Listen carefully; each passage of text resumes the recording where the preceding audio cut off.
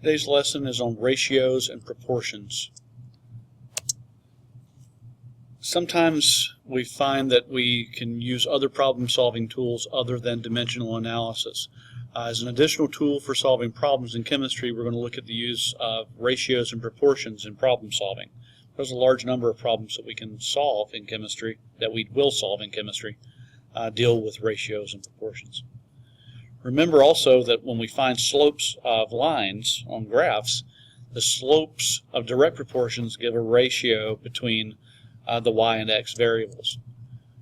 So the definition of a ratio is the relative size of two quantities expressed as the quotient of one divided by the other quantity. So the ratio of A to B, for instance, is written as A colon B, which is actually just said verbally as A to B, or A divided by B, or A over B. A proportion is an equality between two ratios. So as an example, suppose in a given year we have 76 females enrolled in chemistry at a certain school, while 165 males were enrolled in that same school. What's the ratio of females to males and then males to females? The answer for women to men, or females to males, is 76 to 165, or written as a fraction, 76 divided by 165. For men to women, we have 165 to 76, or 165 over 76. So we could have reduced these ratios to get, for women to men, 0.460 to 1, just dividing, to get 0.460 to 1, or men to women, 2.17 to 1. When these were reduced, we lost the original quantities. When given the ratio, it's sometimes difficult to tell if it's reduced. In this case, we probably could, though, because obviously we're not going to have 0.46 of a woman or 2.17 of a man. We're going to have whole numbers of people that we're going to count. So whenever we have, in this situation we might could tell, but very often it's difficult to decide if it's a reduced value or not. With slopes of graphs, because we write slopes as decimals rather than fractions, we most often reduce, and that leads to the idea of proportions. So ratios are said to be in proportion when their corresponding fractions are equal. So, for instance, a fraction of 76 over 165 is equal to, if we just divide 76 by 165, we find that is 0.460 to 1. So these two fractions are equal, and this equality that we have here is known as an example of a proportion. Now we can use proportions to solve problems. Suppose in a later year in the school of chemistry students, the number of males enrolled was 195, while the ratio of women to men stayed about the same. How many women were enrolled during that year? To answer this question, we build a proportion. We know that originally there were 76 to 165, so in this case we have 76 to 165 equals a question to 195. How many women to 195 men? To solve, we put it in a fraction form, so we end up with 76 over 165 equals x, which is what we're solving for, over 195. So if 76 over 165 equals x over 195, we can solve for the number of females by solving for x. Cross multiplying, we get 76 times 195. That would be up here. We're multiplying 76 times 195 and 165 times x to get 165x. Solving for x, and we solve for x by dividing by 165, gives us 89.8 females. Since we have a fraction of a female, we can either round up or down to report an actual value. Since this is 89.8, I would probably go with 90 females.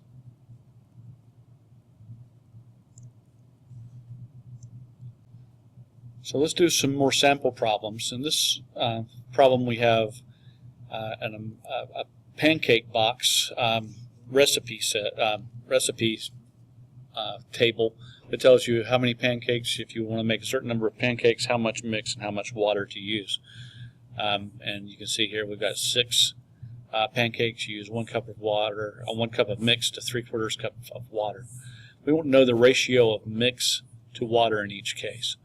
Okay, first of all, for 6 we've got 1 cup to 0.75 cups of water. For 12 pancakes, we double that. We have 2 cups of mix to 1.5 cups of water. And then for 18, we've got a little mistake here. This is going to be 2 1/4. This is 3 cups to every 2.25 cups. And if we reduce any of these, if we just do 1 divided by 0.75, we get 1.33 to 1. Okay. So next we want to know what quantity of mix should be used if we want to make 15 pancakes. Well, that's going to make a proportion out of these. So I'm going to go with the first line and say that there are 6 pancakes from every 1 cup of mix. So if I want to make 15 pancakes,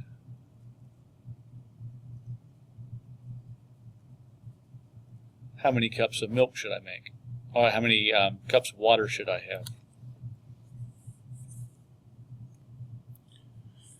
And the answer to that would be 6x equals 15 and x equals 2.5.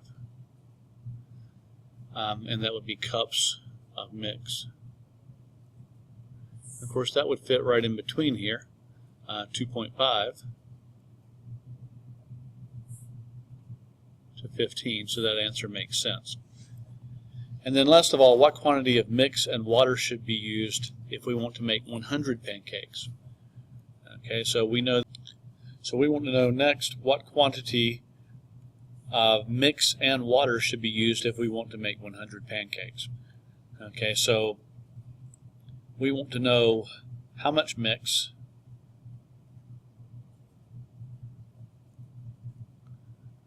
to 100 pancakes if 1 cup mix will make 6 pancakes.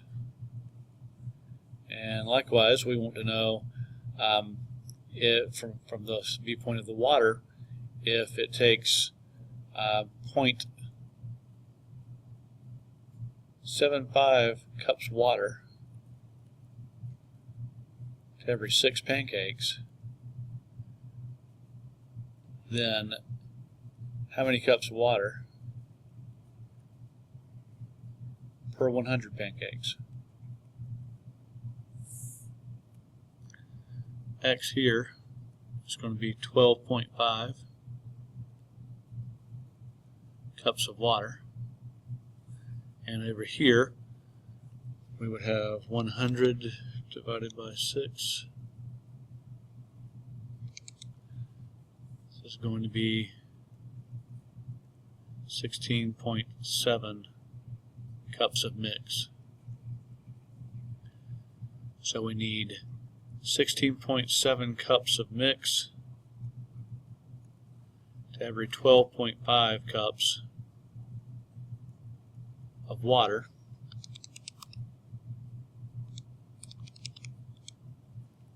which gives us a 1.33 to 1 ratio of mix to water.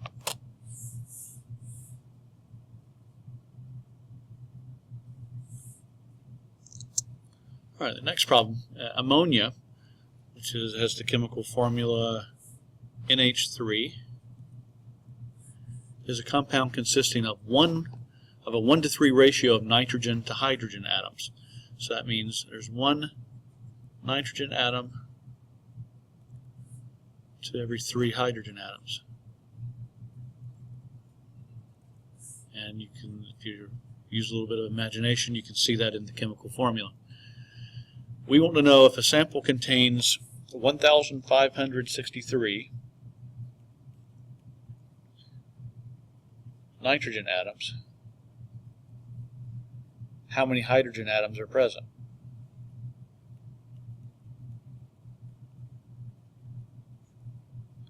Okay.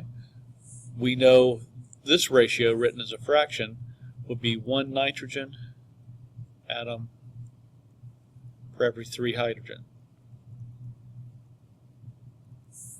Okay, so this is going to be 1 nitrogen atom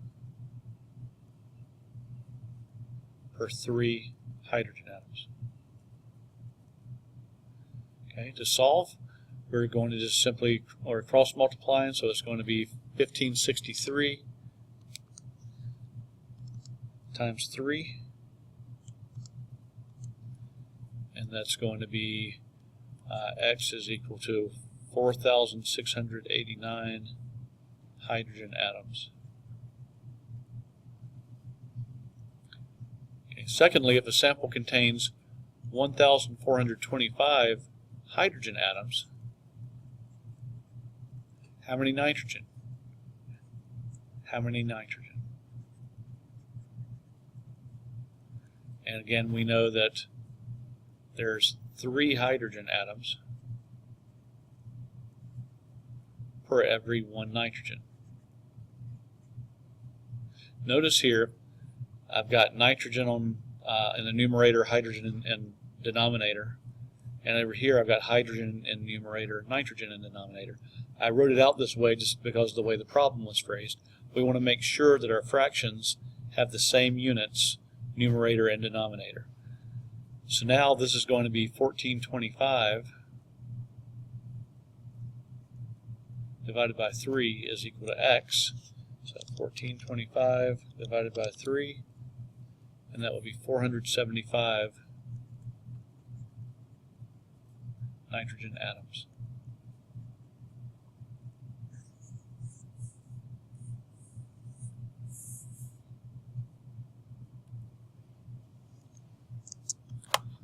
One last problem, the mass to charge ratio. I'll use some symbols here. Mass is M, charge is normally represented by the letter Q. Mass to charge ratio of an isotope of a particular element was determined to be 1.97 times 10 to the negative 7th kilograms per coulomb. So the mass to charge ratio is equal to 1.97 times 10 to the negative 7th kilograms for every 1 coulomb of charge. If the charge on the isotope, that ratio has to be maintained. If the charge on the isotope is 1.614 times 10 to the negative 19th coulombs, what's the mass in kilograms of the isotope?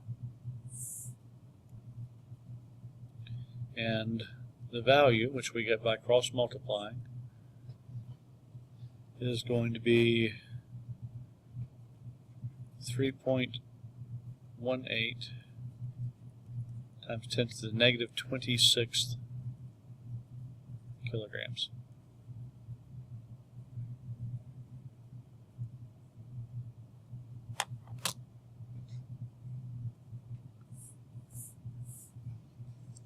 And that completes the presentation.